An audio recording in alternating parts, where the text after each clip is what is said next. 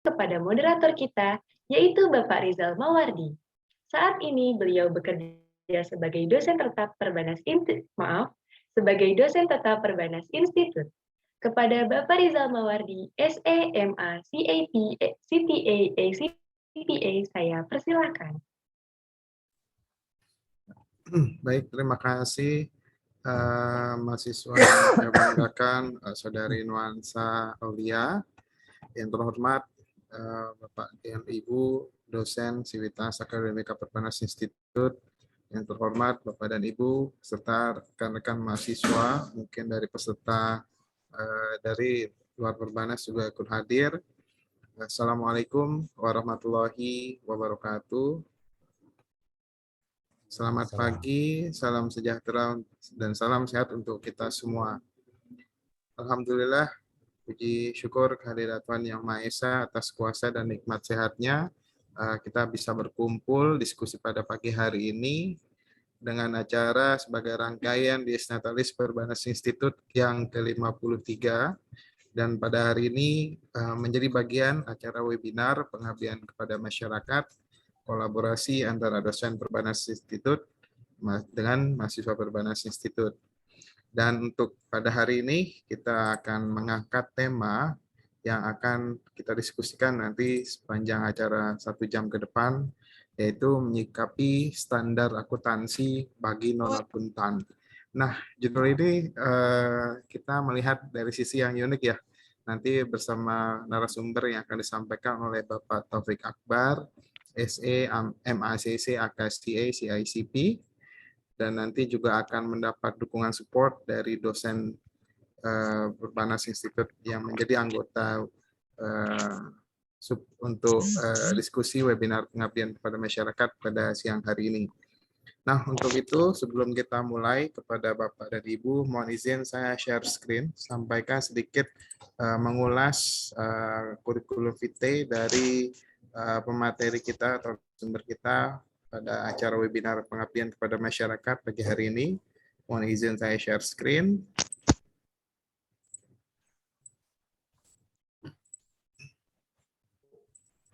Bapak Taufik Akbar, SE, MACC, AK, CICP. Pada saat ini beliau menjabat sebagai Komite Audit PT Sumber Daya Swatama dan beberapa jabatan lain yang juga pada saat ini masih berlangsung sejak tahun 2015. Bapak Taufik Akbar juga sebagai dosen tetap Perbanas Institut. Pengalaman kerja beliau sebagai praktisi tentu sangat sesuai dengan bidang temanya yang akan kita angkat mengenai standar akuntansi yang disupport dengan pengalaman kerja beliau, yaitu tahun 2019 dari KAP Tasnim, Pardiman, Sapuan, Zulia, dan rekan sebagai supervisor audit.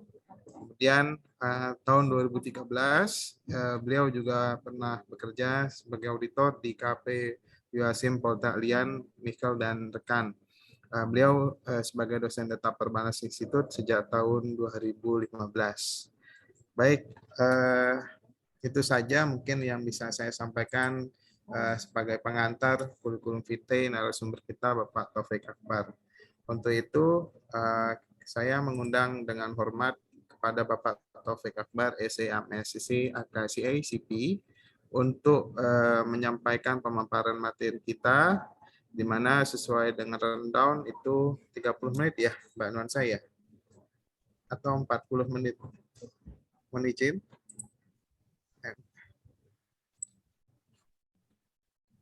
Oke, baik, sekitar durasi 30-40 menit ya, Pak Taufik, supaya nanti mungkin kalau bisa lebih cepat kita berdiskusi saja, supaya nanti ada interaksi dengan mahasiswa dan atau peserta PKM yang pada hari ini ikut hadir. Untuk itu, sesi dan kesempatan saya berikan kepada yang terhormat Bapak Taufik Akbar. Persilakan Pak, terima kasih. Baik, terima kasih Bapak Rizal, Mbak Nuansa, Bapak Ibu sekalian yang saya hormati, Bu Ridar Meli, rekan kami Pak Joko Hanantio, Pak Hasimi, Pak Rizal, dan Mbak Nuansa, serta Bapak Ibu peserta yang lain yang kami banggakan. Sebelumnya saya ucapkan terima kasih dulu Ya, ini alhamdulillah sudah menyentuh angka 90 partisipannya ya. Mana kalau ngomongin akuntansi biasanya debit kredit nih gitu ya. Eh,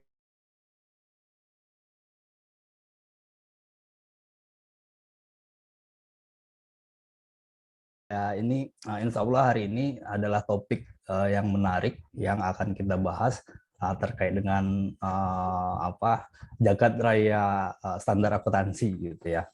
Oke, mohon saya izin share screen. Ini saya belum bisa share screen, mungkin bisa dibantu. Sudah bisa Pak Taufik? Oke, sudah. Oke, siap. Baik, silakan Pak. Sudah terlihat materinya, mungkin kalau mau agak di full size kan, bisa full Oke, screen. Ya, terima kasih Pak. ya, terima kasih. Oke, tadi CV saya sudah dibacakan oleh Pak Rizal. Mungkin saya mau menambahkan aja yang bawah gitu ya. Nanti jika Bapak Ibu merasa materi yang saya bawakan ini bermanfaat, minta tolong saya di add LinkedIn dan Instagramnya gitu ya.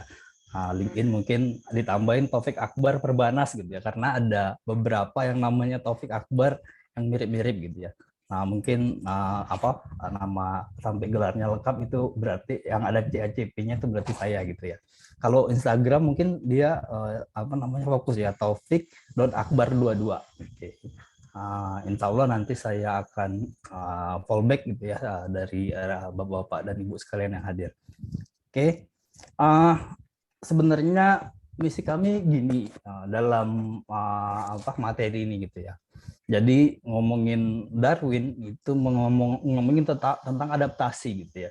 Kata Darwin, it is not the strongest of the species that survive, nor the most intelligent, but the one most responsive to the change. Gitu. Jadi dinosaurus punah gitu ya. Mungkin connecting people gitu ya. Berkurang gitu ya. Nah, tapi di sini yang namanya makhluk itu dituntut untuk melakukan adaptasi terhadap perubahan. Nah, di sini yang di sini yang kami ingin sampaikan bahwasanya yang namanya minta tolong disesuaikan Pak Rizal. Ya, sudah. Baik Pak, sudah. Silakan lanjut Pak Taufik. Oke, terima kasih. Ya, yang ini yang ingin kami sampaikan adalah teman-teman di manajemen, jadi manajer, jadi direktur ya, maupun di sini yang mahasiswa non akuntansi atau yang pengen jadi direktur nanti ya, harus tahu terkait dengan perubahan akuntansi gitu ya. Dan apa sih yang dibicarakan dalam akuntansi gitu. Karena yang namanya perubahan akuntansi itu berpengaruh loh sama kinerja rekan-rekan gitu. Ya, contoh. Pada tahun 2001 itu ada perubahan standar akuntansi namanya PSAK 717273 yang konon katanya disebut PSAK COVID gitu ya. karena pada saat itu diaplikasikan ya. Nah, saya contohkan aja PSAK 73 aja yang gampang gitu ya. Jadi dulu baik lesi atau lesor itu ada terkait dengan pencatatan operating list atau financial list gitu ya. Nah, di sini standar ini lebih mengarahkan si lesi yang penyewa gitu ya untuk mencatat asetnya sebagai mencatat leasingnya yang dilisikannya sebagai asetnya gitu ya. Nah, lebih condong itu dilihat dari materialitas dan umurnya gitu ya. Nah, dilihat apa? Jadi ketika perusahaan si lesi terutama ya, kalau lesor ininya tidak terlalu banyak berubah. Gitu. Jadi ketika si lesi mengakui aset, maka dia akan timbul mengakukan asetnya bertambah dan ada liabilitasnya bertambah. Gitu ya. Asetnya dicatat sebagai aset tetap ya. Kemudian liabilitasnya dicatat sebagai ada yang jangka panjang, misalnya di jangka panjang ya, kemudian ada bagian jatuh tempo jangka pendek gitu ya. Kalau seperti itu kan berarti current rasionya itu terancam gitu ya. Maksudnya liabilitasnya meningkat gitu kan. Sementara dengan asumsi ceteris paribus current asetnya tetap sama gitu. Kemudian selain itu nanti akan ada beban penyusutan kalau kita mencatat aset gitu ya. Terus kemudian beban bunga gitu ya. Nah, maka dari itu di sini yang ingin kami contohkan kepada rekan-rekan itu adalah pengen ngasih tahu sebenarnya kira-kira apa aja sih yang harus diperhatikan ketika terjadi perubahan akuntansi dan efeknya gimana gitu ya. Nah, Mohon karena izin Pak Taufik, gimana? slide-nya belum bergeser, Oh masih di iya, iya. stay. Oke. Ya, memang belum geser Oh, Pak baik. nanti. Baik, Ya, siap. terima kasih ya. Silakan Pak Taufik. Oke, ya kalau kita ibaratkan itu kayak misalkan orang ganteng, orang cantik gitu ya, ketemu orang yang biasa aja gitu ya. Nah, jadi di sini kita harus tahu istilah-istilahnya nih tentang standar akuntansi gitu. Kalau misalnya nggak tahu istilahnya rugi nih gitu. Kayak perempuan tadi ditanya, kalau dia nggak pintar bahasa Inggris gitu ya, ditanya makanan itu apa, tiramisu gitu ya. Tiramisu itu kalau dihilangkan tiranya apa, miss you gitu. Ya kalau nggak tahu bahasa Inggrisnya rugi gitu ya. Ya seperti itulah mungkin yang jadi di sini kami ingin sampaikan bahwa inilah yang akan kami bawakan di materi ini. Jadi sini kami ingin mengedepankan istilah-istilah terkait dengan akuntansi, perubahan akuntansi, dan bagaimana nanti efek perubahannya gitu. Itu yang akan kami sedikit jabarkan. Nanti mungkin ada pengembangan sedikit, nanti monggo silahkan didiskusi ya. Oke, selanjutnya di sini kalau di awal di sini kami bilangnya jenis-jenis standar akuntansi gitu ya. Nah, kalau di orang akuntan sendiri mengenalnya adalah pilar akuntansi gitu ya. Jadi ada beberapa standar akuntansi yang bisa digunakan ya oleh entitas gitu ya. Tier 1 itu adalah SAK. Mohon maaf ini apakah kursor saya kelihatan Bapak Rizal? Ya, sudah terlihat, silahkan Pak. Kelihatan ya, oke. Yang pertama Ya. tier 1 gitu ya, yaitu SAK gitu ya. Nah, yang kedua ini SAK etap atau SAK entitas private. Oke, di sini agak mau terjadi pergantian nih. Jadi SAK etap ini mau digantikan dengan SAK entitas private, di mana SAK entitas private ini akan efektif itu mulai 2025 gitu ya. Tapi penggunaan penerapan dini diperkenalkan. Jadi walaupun berlaku di 2025, sekarang sudah bisa pakai gitu ya. Kemudian tier ketiga adalah SAK EMKM gitu ya. Oke, kemudian kerangka konseptual dan ada PSAK syariah. Sebenarnya ada dua lagi gitu ya. Standar akuntansi keuangan pemerintah dan PSAK 45 ya terkait dengan nirlaba gitu ya. Oke.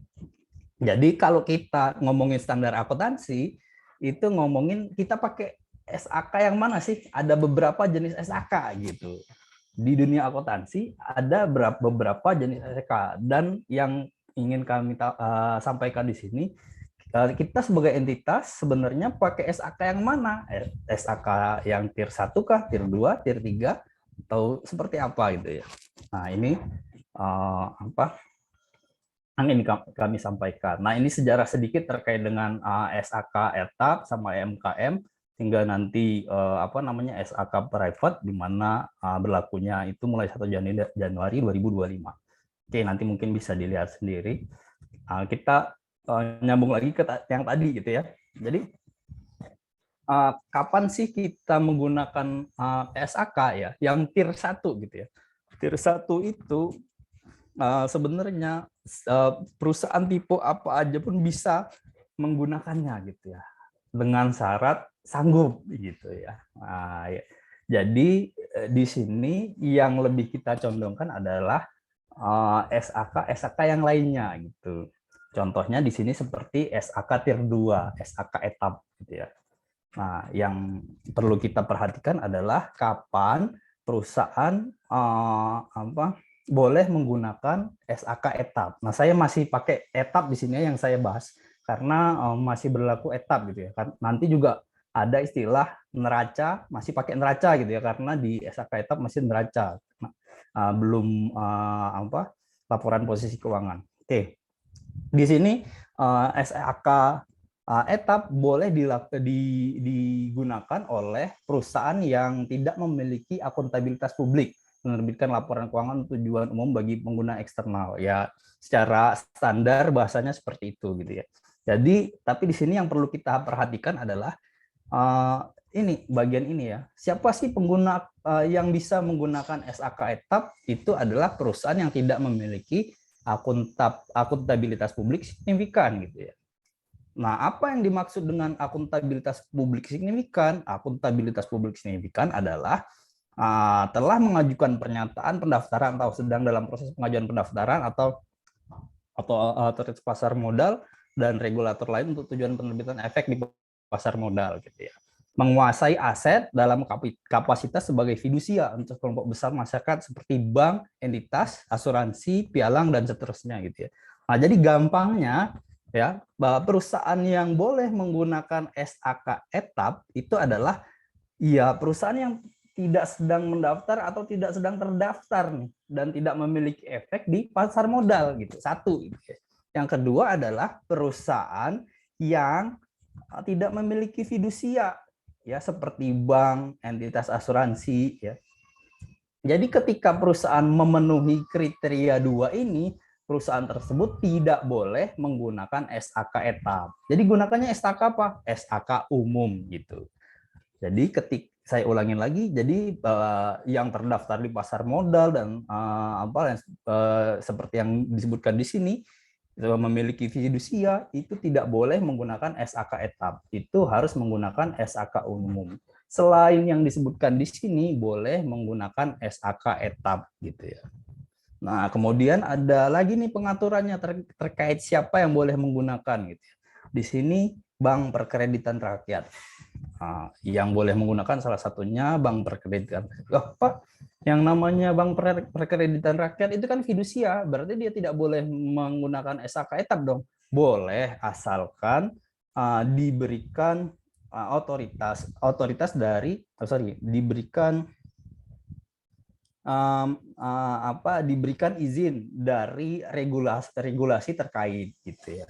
Nah, ketika ada izin dari regulator terkait kan yang namanya laporan keuangan ini digunakan ditujukan itu utamanya dua gitu ya, secara konseptual dasar gitu. Investor dan kreditor. Nah, terkait dengan yang berhubungan dengan itu gitu ya, otoritas yang berhubungan dengan itu ketika mengizinkan menggunakan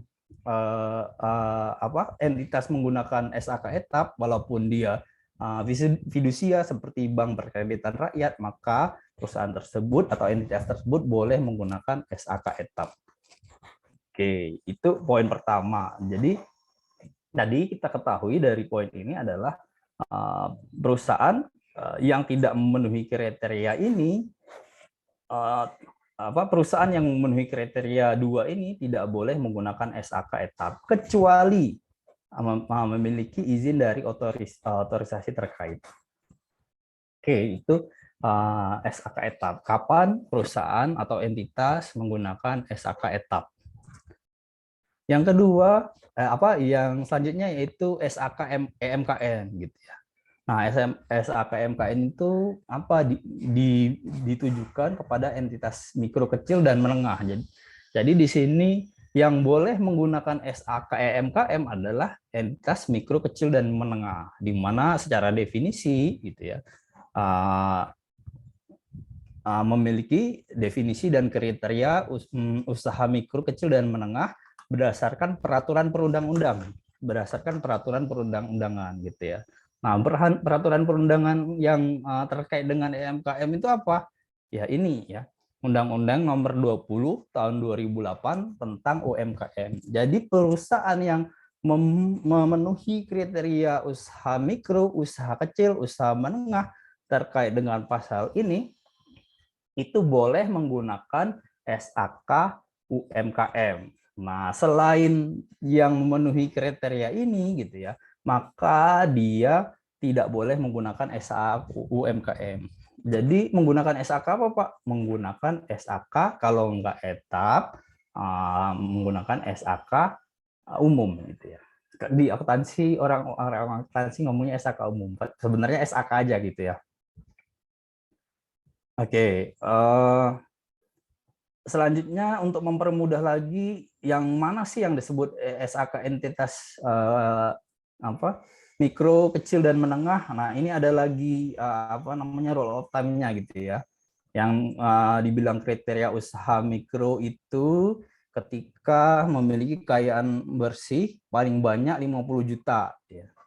Tidak termasuk tanah dan bangunan tempat usaha. Hasil penjualan tahunan paling banyak 300 juta. Jadi kalau sudah melebihi 300 juta penjualannya atau melebihi kekayaan bersihnya melebihi 50, maka harus menggunakan yang tadi gitu ya. Nah, ini yang paling ujung karena yang paling besar nilainya ya, benchmarknya. Nah, di sini kita langsung ke bawah aja ya. Kriteria usaha menengah yaitu kekayaan bersih lebih dari 500 juta ya sampai 10 M, tidak termasuk tanah dan bangunan tempat usaha. Hasil penjualan tahunan lebih dari 2,5 M sampai 50 M ya. Nah, jadi ketika melewatin ini, batasan threshold ini, maka entitas atau usaha atau perusahaan harus menggunakan SAK, kalau enggak SAK etap atau SAK umum gitu ya. Oke, nah mungkin timbul pertanyaan gitu ya, kalau saya punya UD gitu ya, saya punya usaha gitu ya, partnership, persekutuan gitu ya, cocoknya pakai PSAK umum, PSAK etap atau UMKM gitu ya. Nah, tergantung ya, tergantung kebutuhan gitu ya. Biasanya contohnya aja ya, kalau perusahaan mau usaha CV mau ditingkatkan ke PT gitu ya, biasanya kan untuk regulasi gitu ya. Kalau kita mau tender, perusahaan yang memberikan tender itu minta kita untuk PT gitu ya. Jadi kalau kita nggak PT nggak bersaing gitu ya. Contohnya misalkan kalau kita mau pasar modal misalkan gitu ya, ada yang selain retail ya, harus menggunakan SAK umum gitu ya. Jadi kita timbang-timbang lah sebagai perusahaan gitu ya. Kalau SAK umum secara pengaturan itu biasanya lebih rigid gitu ya, dan lebih costly gitu ya dibanding SAK UMKM gitu. Nah, jadi kita sebagai usaha, sebagai entitas harus menimbang-nimbang cost dan benefitnya. Kira-kira itu yang harus pertama diketahui bagi teman-teman non akuntan. Jadi ketika kita memanajemenin usaha atau perusahaan, kita harus menimbang nih apakah kita menggunakan SAK umum, SAK etap atau SAK UMKM. Nah, di mana satu dengan yang lainnya memiliki persyaratan kapan kita harus menggunakan SAK etap, UMKM ataupun SAK umum. Oke, itu mungkin kita lanjutkan dulu ya. Sesi tanya jawab di terakhir apa? Terakhir aja ya. Untuk sesi tanya jawab nanti saya pandu Pak di pukul 10.45 Pak. Silakan Pak. Oke. Dilanjutkan. Siap. Oke, terima kasih Bapak Rizal. Oke, kemudian mungkin ini yang sering ditanyakan gitu ya. Nah, sebenarnya bedanya SAK etap sama SAK yang lainnya apa sih gitu ya? Ya tadi seperti saya sebutkan, banyak pengaturan-pengaturan yang membedakan satu dengan yang lainnya. Contohnya di sini yang simpelnya adalah cara penyajian. Nah, penyajian laporan keuangan gitu. SAK etap, laporan keuangannya ada apa aja? Laporan laba rugi. Kalau di SAK umum ada laporan laba rugi and others comprehensive income atau dan penghasilan komprehensif lainnya. Jadi ada transaksi namanya others comprehensive income yang harus dicatat ketika kita menggunakan ketika kita menggunakan standar akuntansi umum tadi gitu ya. Di SAK etap di sini ada neraca kurang lebih sama laporan posisi keuangan di SAK umum. Kemudian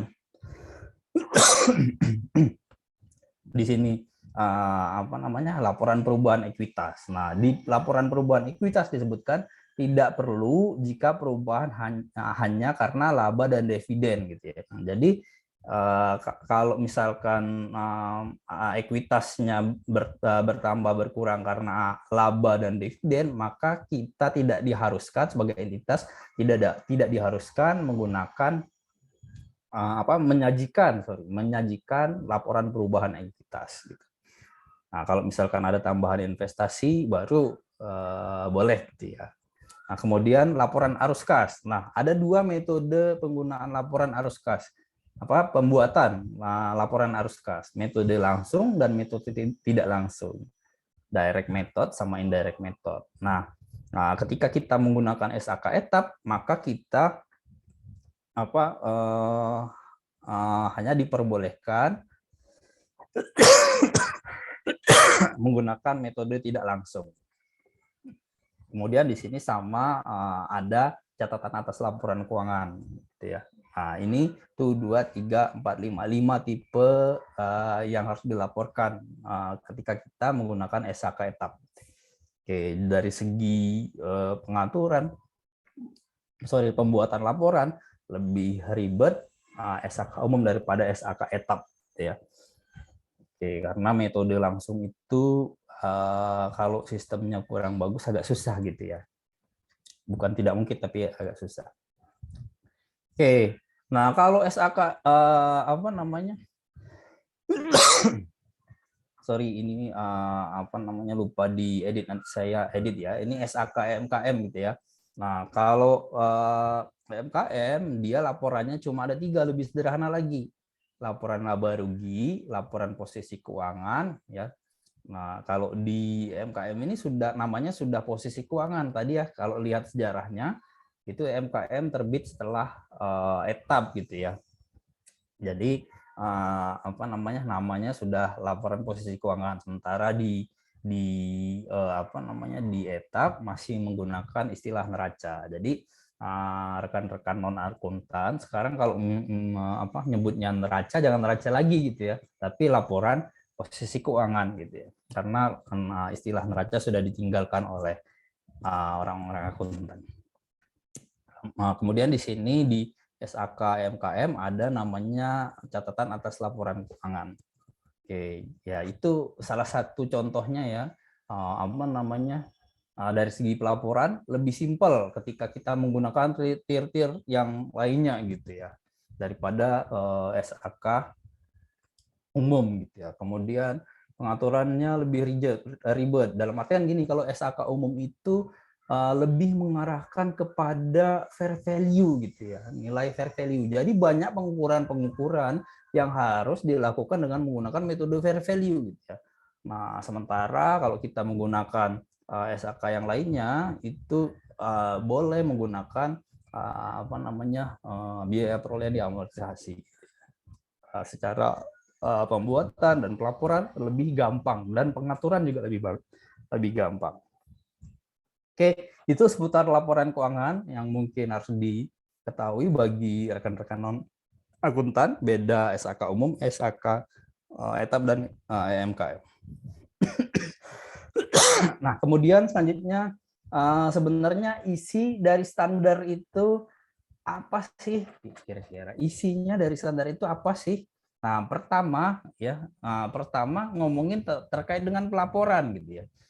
Ya, ini di SAK umum dulu ya. Nah, di SAK umum pertama standar itu ngomongin 3 hal gitu ya. Pertama aturan-aturan yang ngomongin terkait dengan pelaporan atau penyajian laporan keuangan gitu ya. Di mana laporan keuangan disajikan. Ada PSAK 1, 2, 3, 4 dan 65 gitu ya. Kemudian ada aturan-aturan atau standar-standar yang ngomongin terkait dengan konsep seperti PSAK 22 gitu ya. Kalau kombinasi bisnis itu syarat kombinasi bisnis itu seperti apa sih gitu ya. Peristiwa tanggal neraca itu seperti apa sih gitu ya. Kemudian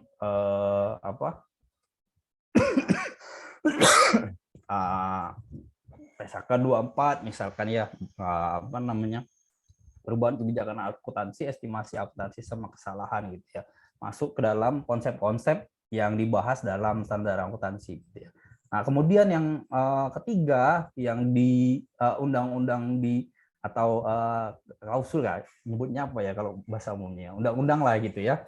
Nah, yang ada di standar akuntansi keuangan itu adalah terkait dengan pengaturan komponen laporan keuangan. Jadi masing-masing akun dicatat itu seperti apa gitu ya.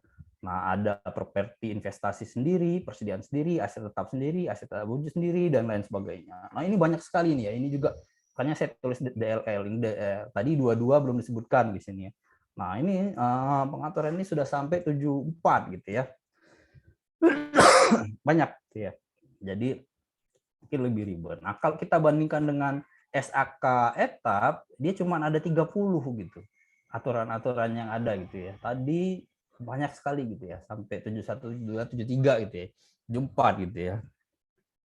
Ini kalau kita menggunakan etap cuma ada 30.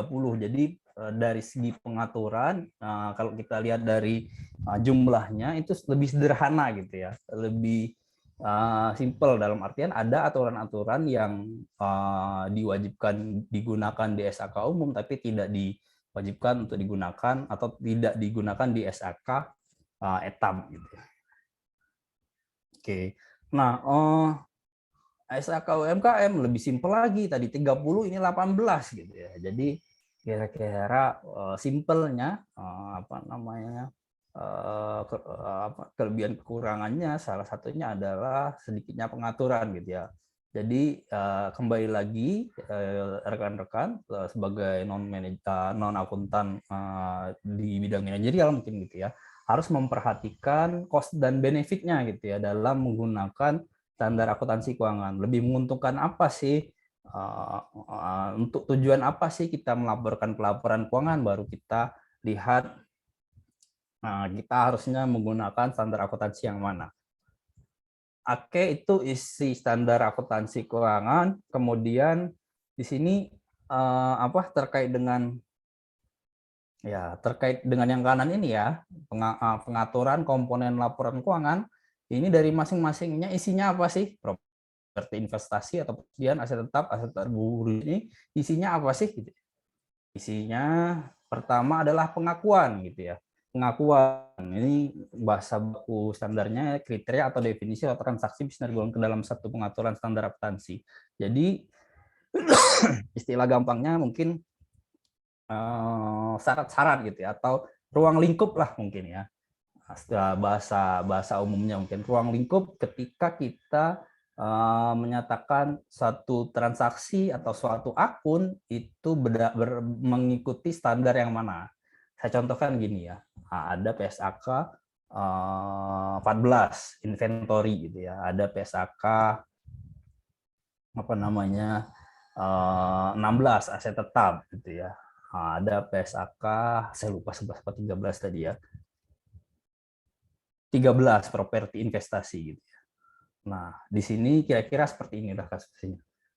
Kita punya bangunan nih gitu ya. Kita punya bangunan. Nah, bangunan ini mau kita laporkan sebagai apa sih gitu ya. Jadi bangunan ini bisa masuk kriteria PSAK, bisa masuk kriteria inventory, bisa masuk kriteria aset tetap, bisa masuk kriteria dari properti investasi. Dikatakan inventory ketika bangunannya ini kita miliki, dibeli atau dibangun itu dengan tujuan untuk dijual gitu ya. Jadi kalau tujuannya untuk dijual ya seperti mungkin developer perumahan gitu ya, mencatat rumahnya itu sebagai inventory gitu ya. Nah, kemudian kalau kita catat sebagai aset tetap, syaratnya kita digunakan untuk operasional sehari-hari gitu ya, dan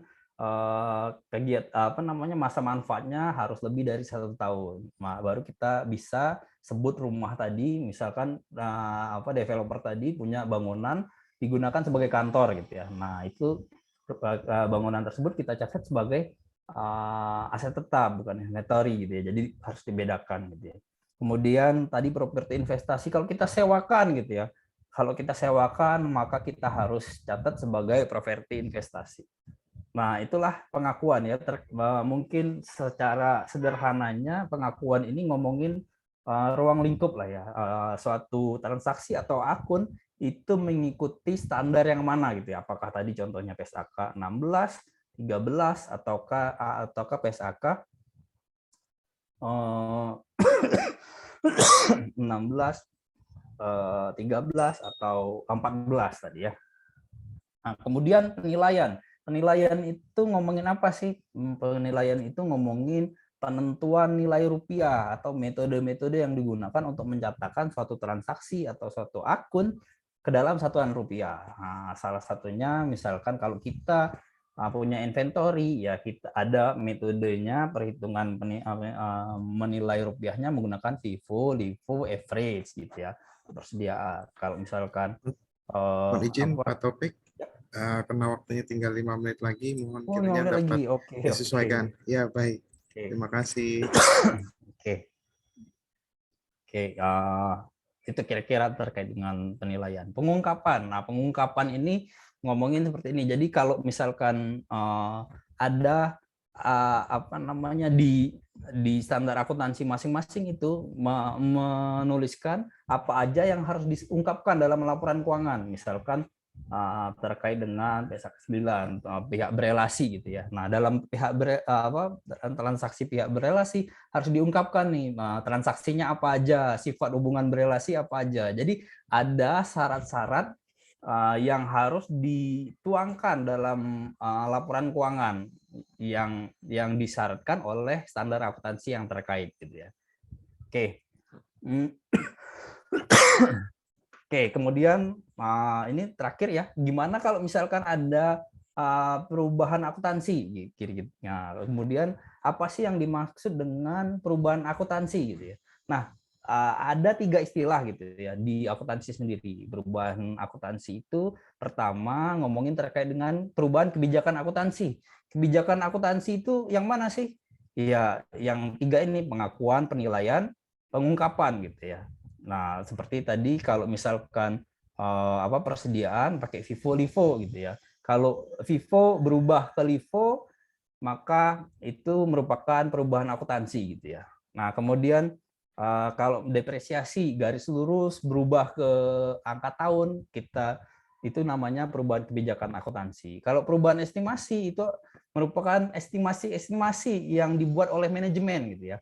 Contohnya misalkan tadi ya, kalau aset tadi depresiasi menggunakan garis lurus gitu kebijakan akuntansi. Kalau estimasi akuntansi itu terkait dengan masa manfaatnya, perkiraan-perkiraan gitu ya, yang dibuat oleh manajemen terkait dengan penilaian rupiahnya gitu ya dari suatu transaksi gitu ya. Nah, estimasi tersebut gitu ya, masa manfaat gitu ya contohnya ya. Oke, jadi beda estimasi akuntansi sama kebijakan akuntansi. Yang terakhir adalah kesalahan gitu. Jadi mungkin terjadi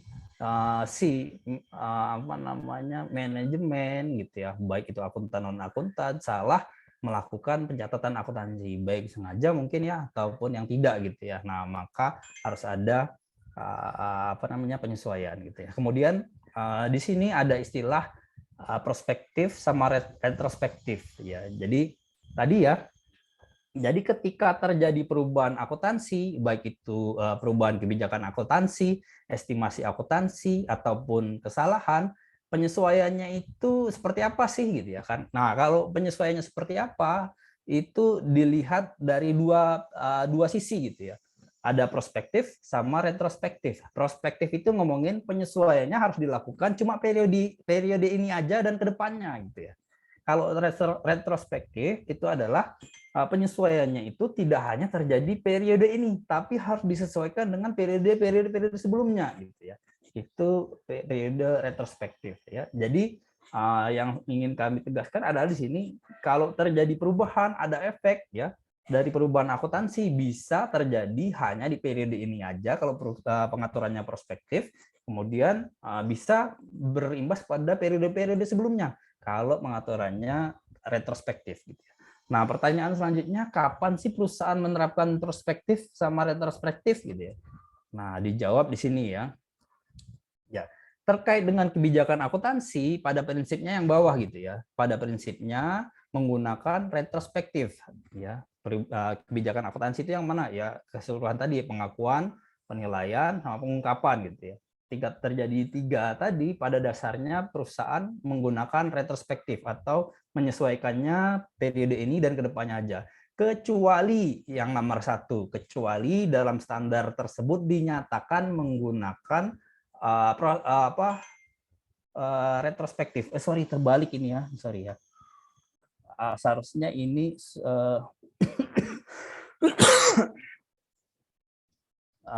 iya, sorry, ini betul ya, sorry. Jadi kalau jadi kalau misalkan perubahan kebijakan akuntansi, seharusnya perubahan tersebut menggunakan retrospektif. Artinya perusahaan atau entitas harus menyesuaikan kepada periode-periode sebelumnya, kecuali dinyatakan dalam standar akuntansi ketika dia boleh menggunakan prospektif gitu ya. Itu kalau kebijakan akuntansi. Kalau estimasi akuntansi itu pada dasarnya dia menggunakan prospektif. Jadi penyesuaiannya hanya terjadi pada periode ini dan periode selanjutnya. Kalau kesalahan ya tergantung kesalahannya itu di mana gitu ya. Di tahun ini atau di tahun sebelumnya gitu ya. Maka disesuaikanlah sesuai dengan kesalahan tersebut terjadi gitu ya. Itulah istilah-istilah yang terkait dengan standar akuntansi keuangan yang mungkin hemat saya patut diketahui oleh rekan-rekan non akuntan gitu ya.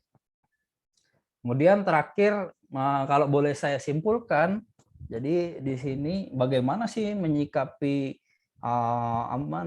standar akuntansi keuangan bagi non akuntan? Pertama, ya kita harus melihat nih standar akuntansinya kita entitas kita itu cocok dengan standar akuntansi yang mana ya, pertimbangkan cost dan benefitnya.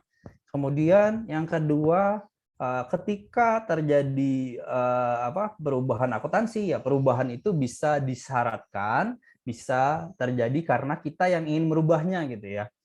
Nah, ketika terjadi perubahan akuntansi, maka tanya ke rekan-rekan akuntan atau di manajer akuntansinya gitu ya. Efeknya kemana gitu? Efeknya maksudnya dia bisa berimbas kepada kenaikan pendapatan atau beban atau kenaikan aset atau kenaikan liabilitas gitu ya. Kenali dampaknya gitu ya, perubahan akuntansi kemana. Kemudian yang perlu rekan-rekan ketahui lagi ya, dampaknya tadi tidak hanya terjadi di periode ini, dan ini memungkinkan terjadi di periode-periode sebelumnya, tergantung pengaturan akuntansinya seperti apa. Oke, kira-kira seperti itu yang dapat kami simpulkan. Terima kasih. Saya kembalikan lagi ke MC. Moderator, mohon maaf. Baik, terima kasih Bapak Taufik Akbar atas pemaparan materi yang cukup komprehensif ya, luas sekali tadi pembahasannya. Memang tadi saya selaku moderator mengingatkan karena memang keterbatasan waktu. Tadi alhamdulillah dapat notifikasi dari panitia SNAP, itu kita dapat bisa perpanjang sampai 90 menit. Jadi kemungkinan kalau ada sesi tanya jawab sampai dengan 11.30 itu masih memungkinkan. Itu dari disampaikan oleh koordinator acara tadi. Terima kasih. Sedikit saya mungkin mohon izin Bapak Taufik ya untuk mengulas sedikit materi, menyimpulkan mungkin tadi yang telah disampaikan, mungkin ada peserta yang baru hadir di tengah pemaparan Bapak Taufik. Artinya kalau boleh kita lihat, akuntansi itu kan sebenarnya yang kita ketahui dalam prakteknya itu membantu sebuah entitas, atau dalam kalau entitas itu kan bahasa akuntansi ya. Kalau bagi non accounting atau non akuntan itu sebuah perusahaan, sebuah organisasi atau suatu badan atau ya badan usaha ya. Di sini sebenarnya untuk membantu para pengambil keputusan bisnis ya, entah itu dari lembaga swasta atau lembaga pemerintahan, untuk mengambil keputusan dalam rangka alokasi sumber daya yang dimiliki.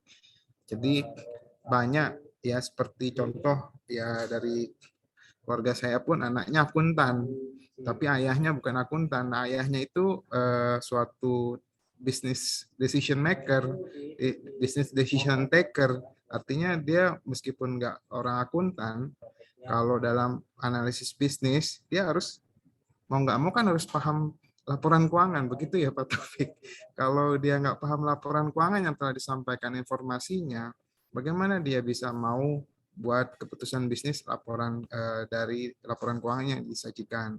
Nah, maka dari itu tadi disampaikan juga sama Bapak Taufik dalam materinya berbagai jenis standar yang disimpulkan. Tadi ada standar PSAK yang berbasis FRS, ada SAK etap, ada SAK IMKM, ya, ada SAK tadi ya untuk yang syariah juga kita lihat tadi diulas, dan satu lagi ada standar akuntansi pemerintahan, dan memang tidak disampaikan karena mungkin terlalu general ya materinya, karena itulah yang tadi disampaikan mengurangi apa namanya durasi yang cukup panjang. Tapi sebenarnya kita butuh diskusi yang hangat sekali nih, materinya sangat menarik. Dari partisipan kita yang hadir 137 saat ini, mungkin nggak semuanya dari akuntansi, ada yang nggak paham akuntansi, nah ingin belajar akuntansi. Nah, ini kita kenali saja bagaimana standar dan bagaimana menyikapi dampak standar ya dari perubahan akuntansi terhadap laporan keuangan. Baik, selaku moderator, saya buka termin sesi tanya jawab. Untuk itu kepada Bapak dan Ibu peserta webinar PKM pada pagi hari ini, dipersilahkan untuk ada yang ingin mengajukan pertanyaan, dipersilahkan. Untuk mungkin raise hand boleh, atau mungkin dituliskan di dalam kolom chat. Terima kasih. Pak Rizal, mohon maaf, Ya, Pak Taufik. izin bisa share screen mungkin. Oh, boleh, nanti silakan. misalkan ada yang tertarik gitu. Iya, boleh, silakan Pak. Tertarik apa namanya, kalau mau add LinkedIn atau Instagram saya, monggo silahkan. Monggo, pertanyaannya mungkin silahkan. Ada? Tadi kalau nggak salah di kolom chat ada yang nanya ya? Ada dari Bu Berna, Pak Taufik. Oke. Itu Mas Rizal. Ya, baik. Ya. Iya, dari saya tadi. Baik, terima kasih. Oke. Mungkin Ibu Berna mau bertanya secara live, Bu, langsung. Dipersilakan, Ibu. Boleh. Terima kasih. Boleh, Tadi kan siap. Boleh, Bu. ada beda-beda ya, UMKM, itu SAK umum sama ini. Nah, kaitannya tuh kan ada tadi Pak Taufik kasih batasan yang untuk UMKM itu katakanlah 50, yang menengah itu kan 50 miliar asetnya. Nah, kalau mereka berkembang terus begitu ya, terus terjadi perubahan, apakah harus kalau dia misalnya berubah, itu apakah harus ada pernyataan gitu? Saya nih mau berubah nih gitu. Ataukah dia bisa tetap dengan menggunakan yang UMKM itu gitu loh. Sebagaimana, dan berubahnya kan biasanya setahun ya. Maksud saya kan bisa saja masih turun naik, bisa juga masih turun naik. Saya mau memandu untuk apa namanya PKM yang UMKM itu. Batasannya bagaimana ya? Kalau dia mau berubah harus menyatakan enggak. Terus kemudian kalau dia setelah di range itu, apa kita tunggu dulu 1 tahun ke depan atau bagaimana biasanya? Terima kasih ya Pak Taufik. Baik. Silakan, Pak Taufik menanggapi. Ditampung dulu Silakan, apa Pak. langsung ya? Langsung Pak, nggak apa-apa, biar langsung dulu aja supaya Oke, satu-satu. baik. Siap. Terima kasih Bu Berna atas pertanyaannya, Pak Rizal. Sebenarnya gini ya, yang namanya bisnis, pebisnis itu kan gitu ya, dalam artian yang dipikirin pertamanya adalah running bisnisnya dulu gitu ya, bati dulu kalau bahasa Inggrisnya gitu ya. Yang penting kita untung, bisnis kita jalan, sustain gitu ya.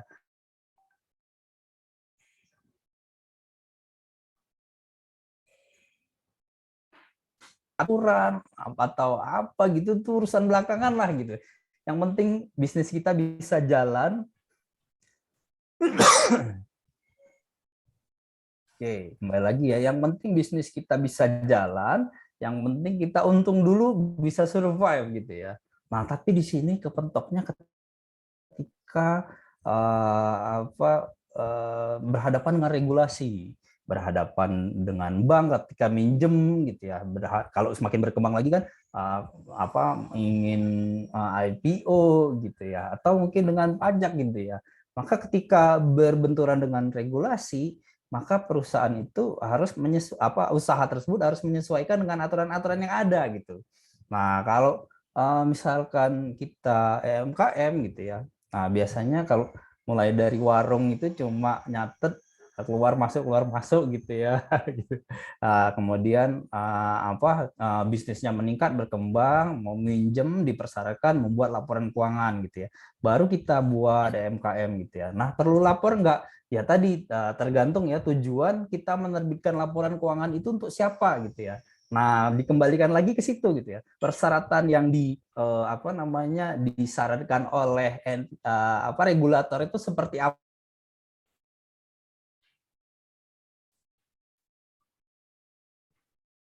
sendiri beda gitu. Kalau misalkan platformnya di bawah sekian sama di atas sekian itu ada harus diaudit, ada tidak gitu ya. Ada beda-beda. Nah, kita kembalikan lagi ke regulasinya gitu ya. Mungkin itu yang bisa saya jawab, Bu Berna. Mudah-mudahan menjawab. Terima kasih. Pak Taufik, boleh saya tambahan Pak Taufik? Ya, monggo silakan Bapak Hashim. Silakan Pak Hashimi selaku tim PKM materi kita Pak. Mungkin dari pertanyaan Bu Berna Pak. Silakan Pak Rizal, Pak Taufik, Bu Berna. Yang SAK ini kan standar akuntansi keuangan, Bu. Namanya standar itu patokan kan. Nah, jadi pemerintah itu untuk mencoba agar para pengusaha kecil, mikro, kecil, dan menengah itu bisa dia patuh dengan pelaporan, Bu. Jadi namanya dia pemula, diusahakanlah menerbit laporan itu lebih sederhana begitu, Bu. Karena ada keterbatasan, kemampuan, dan waktunya. Makanya untuk MKM ini kan batas waktu cuma 2 tahun, Bu, berturut-turut.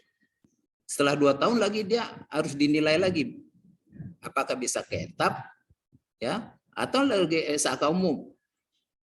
Makanya di UMKM ini, Bu, ya, yang Ibu bilang tadi itu, kriteria mikro itu 50 juta sampai 300 miliar omsetnya. Kalau di sisi aset yang kedua kecil, 500 juta sampai omsetnya 2,5 miliar. Nah, itu tahapan, Bu.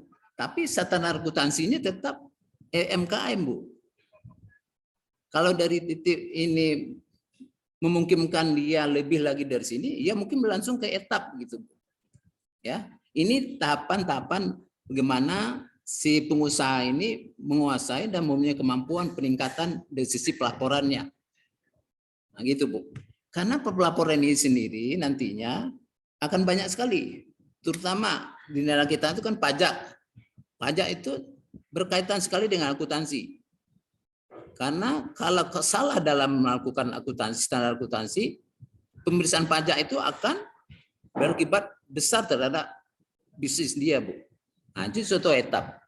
Ya, etap tadi dibilang Pak Taufik ada beberapa laporan seperti laporan keuangan, neraca, sekarang laporan perubahan posisi keuangan kan, perubahan kuitas, kemudian arus kas secara tidak langsung. Kemudian kalau MKM ini lebih sederhana lagi, lapor rugi laba, posisi keuangan, dan catatan laporan keuangan. Nah, jadi ini tahapan-tahapan dari sisi pebisnis kecil, menengah, kemudian dianggap maju lagi atau lebih menguasai lagi, baru etap dan SAK umum. Begitu, Bu. Nah, inilah tahapan yang diberikan oleh pemerintah untuk pengenalan bagi pebisnis awal, menengah, dan lanjutan. Ya, begitu yang saya dapat tambahan Pak Taufik, Bu Berna. Terima kasih. Pak. Berarti sekitar 2 tahun gitu ya Pak? Iya, 2 tahun. Turun naiknya itu. Iya. Terima kasih Pak. Iya, ya, Baik, sama-sama. terima kasih Pak Ashmi atas tambahan untuk jawaban atau respon dari pertanyaan yang disampaikan oleh Ibu Berna. Baiklah, kepada Bapak dan Ibu serta rekan-rekan peserta webinar PKM pada siang hari ini, silakan masih buka kesempatan untuk termin sesi tanya jawab. Silakan ada yang ingin bertanya secara langsung kepada narasumber atau kepada tim webinar PKM. Di sini hadir juga sebagai selaku Ketua Program Studi S1 Akuntansi Ibu Ridar Meli, ya juga turut mendampingi untuk materi webinar PKM pada hari ini.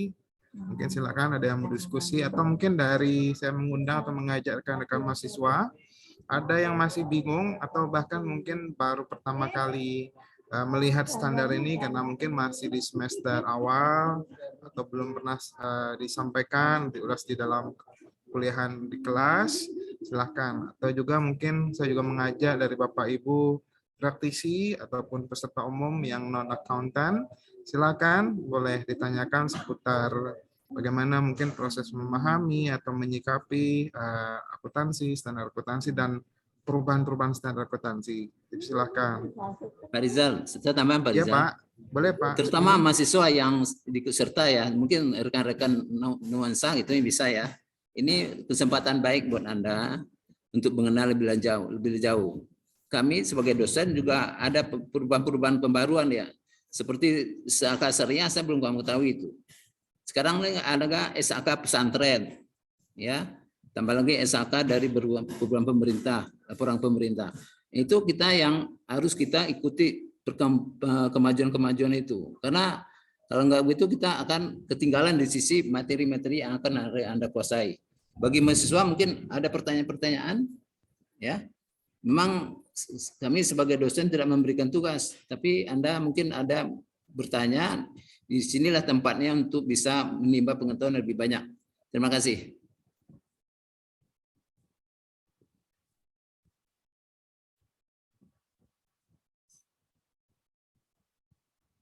Baik, Pak Ashmi, terima kasih atas tambahannya. Silakan kepada Bapak Ibu peserta hadirin, apa ada ingin pertanyaan yang ingin disampaikan kembali? Kami masih buka sesi termin pertanyaan. Oke, mungkin Pak Rizal sedikit dulu ya Pak Rizal. Boleh Pak Taufik, silakan Ya, Pak, mungkin, sambil menunggu cuma audiens bertanya. Ya, cuma menegaskan dari yang disampaikan dari Pak Hasimi tadi. Jadi betul sekali. Jadi ketika perusahaan menggunakan SAK MKM itu harus dievaluasi setiap 2 tahun gitu. Apakah masih tetap di situ atau harus berubah ke SAK etap. Gitu. Jadi tidak di situ terus gitu ya. Nah, jadi dia tadi saya lupa, kayaknya belum saya lampirkan di slide saya, tadi saya cari dia nggak temu gitu ya. Ya betul sekali ya. Terima kasih Pak Asimi, diingatkan, ditambahkan Pak Asimi. Iya nggak apa-apa Pak. Ya kita kan tim harus begitu Pak. Lupa diingatin kan itu Pak. Luar biasa kompak Pak Asmi dan Pak Taufik. Baik, ada lagi dari peserta yang ingin ditanyakan dari mahasiswa atau dari Bapak Ibu hadirin yang dari umum non-sivitas akademia perbanas, khususnya bagi non-accounting atau non-accountant, silakan.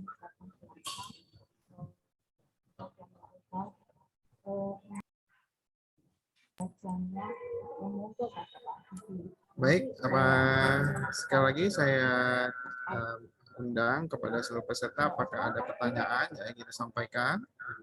Sebelum nanti saya tutup sesi diskusi panel webinar PKM series pada pagi hari ini. Dipersilakan.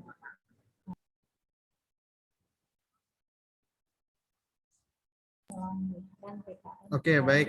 Sepertinya sudah tidak ada lagi pertanyaan Bapak Taufik. Mohon izin silakan kepada Pak Taufik sebelum saya menutup sesi diskusi panel, memberikan closing mark atau kesimpulan dari materi secara general, Pak. Silakan, Pak. Oke, baik. Terima kasih Pak Rizal. Jadi seperti yang kami sampaikan di awal dengan teori Darwin, bahwasanya ketika terjadi perubahan akuntansi, itu terjadi perubahan nih kinerja perusahaan gitu ya. Dimana kinerja perusahaan itu merupakan perubahan kinerja perusahaan itu mungkin berpengaruh terhadap bonus yang diterima manajemen gitu ya. Maka manajemen dalam arti ini mungkin ada yang akuntan dan non akuntan harus tahu nih perubahannya seperti apa. Nah, di mana pertama yang harus dilihat dari perubahan tersebut adalah kita pakai standar akuntansi yang mana nih, gitu ya. Kemudian efeknya kemana dan dampaknya terjadi di tahun ini atau bisa kepada periode sebelumnya, gitu ya. Karena ini mempengaruhi sekali, gitu ya. Apalagi dari segi pajak ya. Kalau dari segi pajak itu periode sebelumnya itu tidak mengakui, gitu ya, perubahan, maka harus terjadi adanya pembetulan gitu ya, mungkin seperti itu. Jadi ada beberapa hal yang hemat saya di sini bisa diambil, diketahui untuk disesuaikan nanti dalam melihat kinerja manajemen dan perubahan dari bisnis yang ada. Mungkin itu yang dapat kami sampaikan. Terima kasih atas waktunya kepada rekan-rekan yang sudah hadir dan bersedia untuk memberikan waktunya untuk mendengarkan kami. Adapun nanti misalkan ada minta materi, nanti mintanya sama panitia aja ya. Oke, dan terakhir mungkin jika teman-teman merasa ini bermanfaat, minta tolong di-follow LinkedIn dan Instagramnya. Oke, mungkin itu saja dari saya, Pak Rizal. Saya ucapkan terima kasih. Wassalamualaikum warahmatullahi wabarakatuh. Baik, Waalaikumsalam warahmatullahi wabarakatuh. Terima kasih Bapak Taufik Akbar atas pemaparan materi yang telah disampaikan. Baiklah, di sesi terakhir ini saya rasa untuk pemaparan terkait pemahaman standar akuntansi bagi non-akuntan itu sudah bisa kita akhiri. Saya selaku moderator acara minta maaf kepada seluruh peserta apabila selama prosesi diskusi pemaparan materi yang telah disampaikan pada hari ini ada yang kurang berkenan. Baiklah, untuk itu saya kembalikan kepada pembawa acara, kepada saudari Nuansa Aulia. Ya, terima kasih. Baik, terima kasih kepada Bapak Rizal Mawardi selaku moderator yang sudah memandu jalannya webinar series PKM pada pagi hari ini. Dan terima kasih pula kepada Bapak Taufik Akbar beserta support narasumber yaitu Ibu Ridar, Bapak Hashmi, dan Bapak Joko yang sudah memberikan materi yang sangat informatif dan tentunya berkualitas. Semoga apa yang telah disampaikan dapat bermanfaat dan berguna bagi seluruh peserta pada pagi hari ini. Demikianlah serangkaian acara webinar series pengabdian kepada masyarakat Disnatalis Perbanas Institut yang ke-53. Saya mewakili segenap panitia Perbanas Institut mengucapkan terima kasih kepada para peserta yang telah hadir dalam acara pada pagi hari ini. Sebelum menutup acara pada pagi hari ini, akan ada sesi foto bersama yang akan saya pandu ya Bapak Ibu. Kepada para partisipan diharapkan untuk menyalakan kameranya. Untuk slide pertama, 1, 2, 3. Untuk slide kedua, 1, 2, 3. Baik, terima kasih atas perhatiannya. Saya ingatkan kembali kepada para peserta untuk mengisi link absen yang berada di fitur chat room. Baiklah, acara pada pagi hari ini telah selesai. Saya, Nuansa Aulia Nurani, turut mengucapkan terima kasih dan menyampaikan permohonan maaf jika ada kekurangan dan kesalahan dalam perkataan yang kurang berkenan. Wassalamualaikum warahmatullahi wabarakatuh. Terima kasih kepada Bapak, Ibu, dan hadirin semua. Waalaikumsalam warahmatullahi wabarakatuh. Terima Terima kasih kasih kepada semuanya. Bapak Ibu yang telah hadir. Terima kasih Pindah room lah. terima kasih Terima Mas kasih. Taufik. Nuansa, terima kasih ya. Pak Taufik, Mas Rizal, Terima Pak kasih Joko, juga kepada Bapak Ibu yang telah hadir. Hasmi. Bu Ira, terima kasih. Bu Ira, terima kasih. Mas Husnul. Ya Ibu. Susno, co-host, terima kasih. Ya. Para pengisi acara. Selamat sukses selalu ya Ibu Kaprodi dengan timnya di akuntansi. Nggak ada Amin. hubungannya. Nuansa, makasih Mbak Nuansa. Kita pindah ke sebelah. Ya mau pindah. Baik Ibu Bapak, Ya. silakan Terima mengikuti kasih semuanya acara yang KM hadir. Bidang PKM Ya, yang terima masih kasih. berlangsung pada Terima siang hari ini. kasih. Terima kasih, Terima semoga kasih Bapak, Ibu. bermanfaat.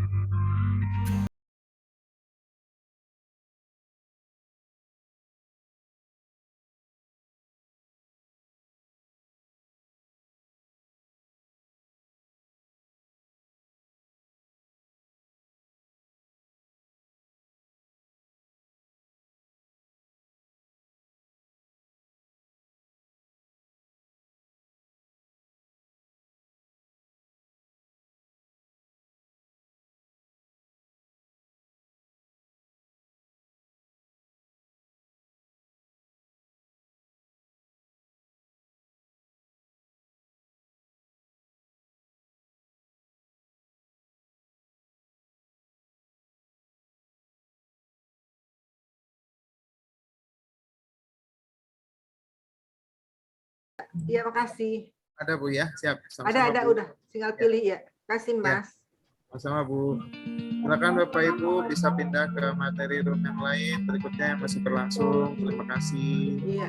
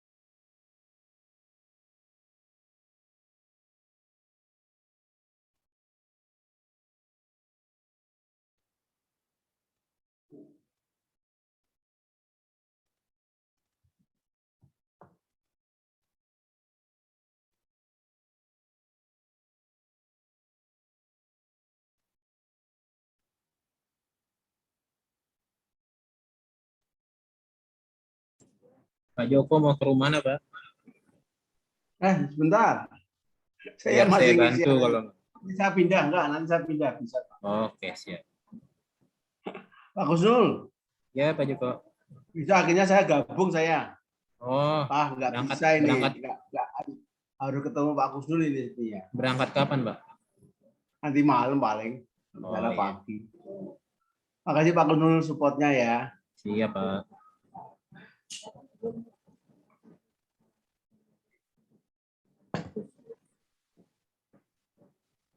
Bagi Bapak Ibu yang ingin join ke acara selanjutnya bisa bergabung di grup D dan J. Bisa ke main room dulu untuk live break room, nanti bisa join lagi. Makasih Pak Kusnul.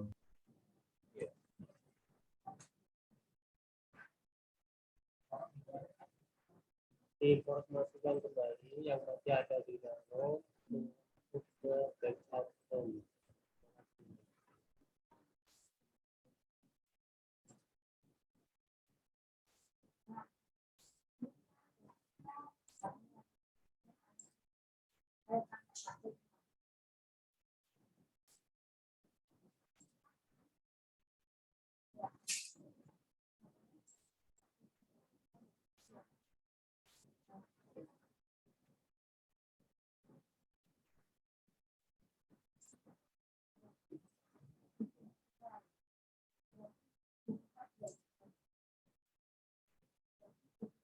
Iya.